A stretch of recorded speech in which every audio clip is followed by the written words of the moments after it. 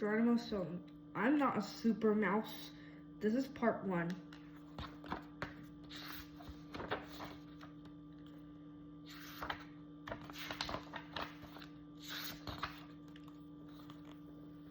A mouse trap. Hello, my name is Stilton, Geronimo Stilton. What you're about to read is one of my favorite adventures. You see, I just love reading. In fact, this particular story began because of a book. It was a beautiful Saturday afternoon in spring, and I was whistling happily as I strolled along the streets of New Mouse City. I was in a good mood because I planned a really nice day. First, I'd stop for some fresh cheese. Then I'd head over to New Mouse City's library, where the library mouse was holding a book for me. It was something I'd wanted to read for a long time. When I was done with my shopping, I scurried over to the library. After chatting with the library mouse, I checked out the book. The security guard shouted, "The library is closing!" All rodents are kindly asked to get their books and leave the premises. I scampered onto the elevator and pushed the down button. The elevator began going down, but suddenly, between the 3rd and 2nd floors, I heard a screech, and the elevator came to a dead stop. The lights went out, and I was plunged into darkness. I waited for a moment, then squeaked at the top of my lungs, "Help! The elevator's stuck!"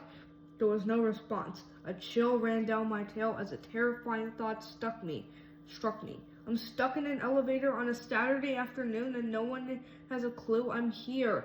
Cold sweat dripped from my whiskers. My head was spinning like a mousy-go-round in an amusement park. My heart was racing faster than a gerbil on a treadmill. I banged my paws on the steel doors, screaming, "Help! I'm trapped!" Despite the darkness, I saw something move. I screeched. Then I looked closer. It was my own reflection in the elevator's mirror.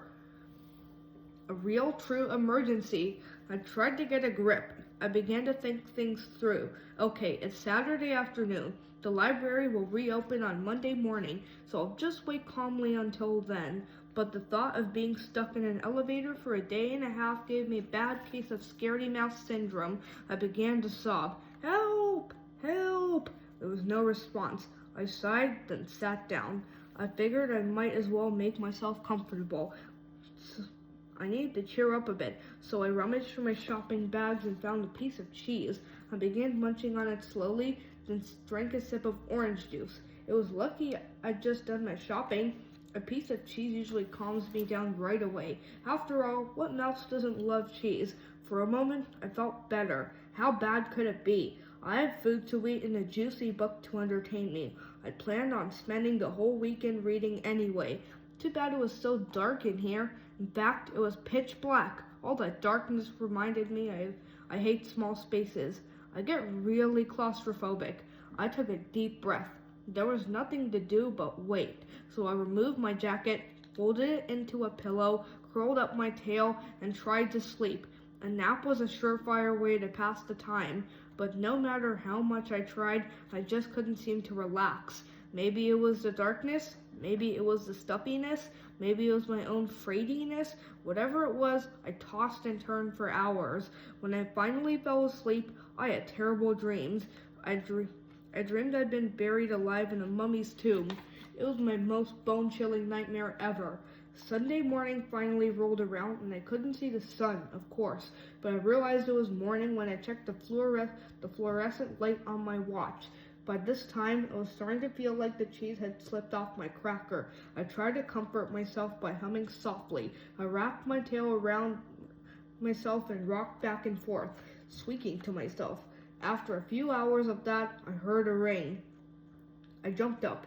What was that? Something was vibrating inside my pocket. I smacked myself on the snout. Holy cheese, it was my cell phone, and to think I considered myself a brainy mouse. Why hadn't I remembered it sooner? With trembling paws, I grabbed the phone and sobbed. "Hello, I'm a cheese brain. I'm Geronimo. I'm elevator and stuck. I'm stuck in an elevator. Please get me out." "Hyena here, Bruce Hyena." A loud, hearty squeak roared back at me. "Hello, Hyena here, Bruce Hyena." Bruce, I stammered. I'm so glad you called. I'm trapped in an elevator in the dark. I'm scared. And he cut me short in his usual abrupt way. Pipe down, cheesehead. Where are you? In an elevator in the New Mouse City Public Library. Bruce heaved a sigh. I'll be right there, Cheese Puff. I smiled. Bruce was one of my dearest friends. He was a really brawny mouse, just the rodent you want by your side in an emergency. I didn't know how he'd do it, but one thing was certain. Bruce would get me out of here right away. If there's one thing I knew about him.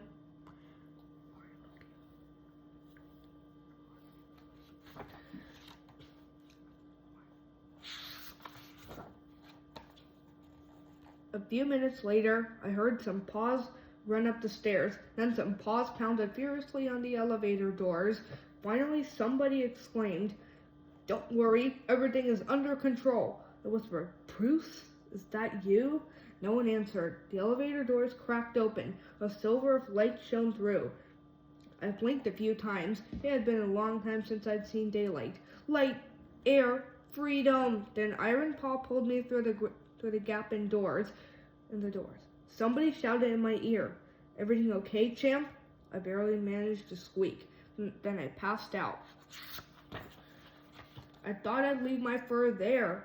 I spent the rest of the day at home resting. A nice hot bath, some tasty cheese, and a good night's sleep quickly restored me. The next day I told everybody in the office about my unlucky adventure. Oh, excuse me, I almost forgot to tell you, I run the Rodents Gazette, the biggest newspaper in New Mouse City. I was so scared. I sighed alone all night in the elevator in the dark. I thought I'd leave my fur there forever. My sister Thea snorted. No chance of leaving anything there, except maybe your common sense. You just spent a night in an elevator, that's all. If it were me, I would have just taken a nice rat nap. My cousin Trap snickered. If life gives you cheese, make a triple-decker sandwich. Know what I mean? Bruce was quiet. He put a paw on me and said seriously, "Tell me, cheesehead, why didn't you call me right away?" Actually, I didn't think of it, I admitted. I don't know why. Bruce nodded. Then he shouted in my ear, "I'll tell you why, Cheese Puff. Because you're a bundle of nerves. Because you lost your cool. Because you panicked." He pinched my ear. "Ouch!" I shrieked. Bruce ignored me. "Remember these golden rules. Rule number 1, always keep calm. Rule number 2, be quick on your paws. Rule number 3, learn to adapt. Rule number 4, be aware of your surroundings.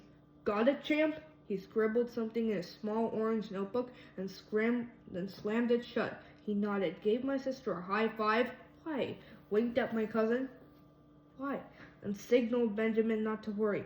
Why? Bruce turned to look me in the snout. "I've got just the cure for what ails you," he declared. "Just you wait." Bruce grabbed my tail and dragged me up the stairs to the roof. An orange helicopter was waiting for us. Naturally, I refused to get in. I've been on enough of Bruce's adventures to know better than to go anywhere with him.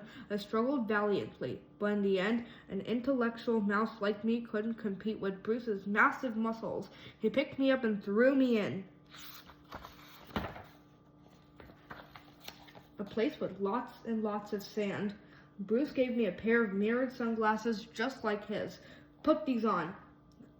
Under the seat, you'll find a backpack stuffed with everything we need for where we're going." Now I was really worried. Why was he being so mysterious? "So, where are we going?" Bryce chuckled. "Let's play a game, champ. You like games, don't you?" I smiled nervously. "I do like games, but mostly of the board variety. See if you can guess." Bruce continued. "It's a place with lots and lots of sand." "The beach?" I breathed hopefully. He snorted. "A beach? You wish, cheesehead." I tried again. "The hamster islands?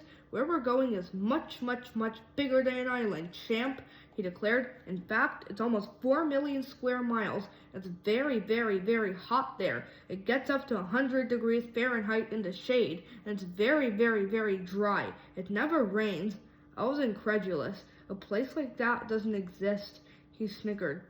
"You should see how the sun shines. It's so hot you can get a tan in the middle of the night." I was beginning to have a bad feeling about this, but Bruce was laughing very hard. Once he caught his breath, he said, "There are lots and lots of camels." I was flabbergasted. What do camels have to do with anything? Bruce was rolling with laughter in the helicopter, making it bounce up and down. I clutched my stomach. You see, I have a bad history of motion sickness. We're swinging up and down, up and down, up and down. Look down, Bruce sputtered between laughs. There are the camels. Before us was a blanket of sand. It was very, very, very big, very, very, very hot, and very, very, very dry, with lots and lots of camels. Bruce had finally gotten control of himself. I bet you're wondering where the beach is, right? He burst out laughing again, but that was no beach. It was the Sahara Desert. If you don't lather yourself up with sunblock from the tip of your tail to the tip of your whiskers, you'll be in agony, he bellowed. Out here, you need a sunblock that's SPF 1000. But SPF 1000 sunblock doesn't exist, I stammered. Exactly. So stay in the shade as much as you can, otherwise you'll be a roasted rodent. Now get ready. Your tests are about to begin. Tests? What tests? I sighed. Well, at least I was good at tests. That's it for part 1. That's it for part 1.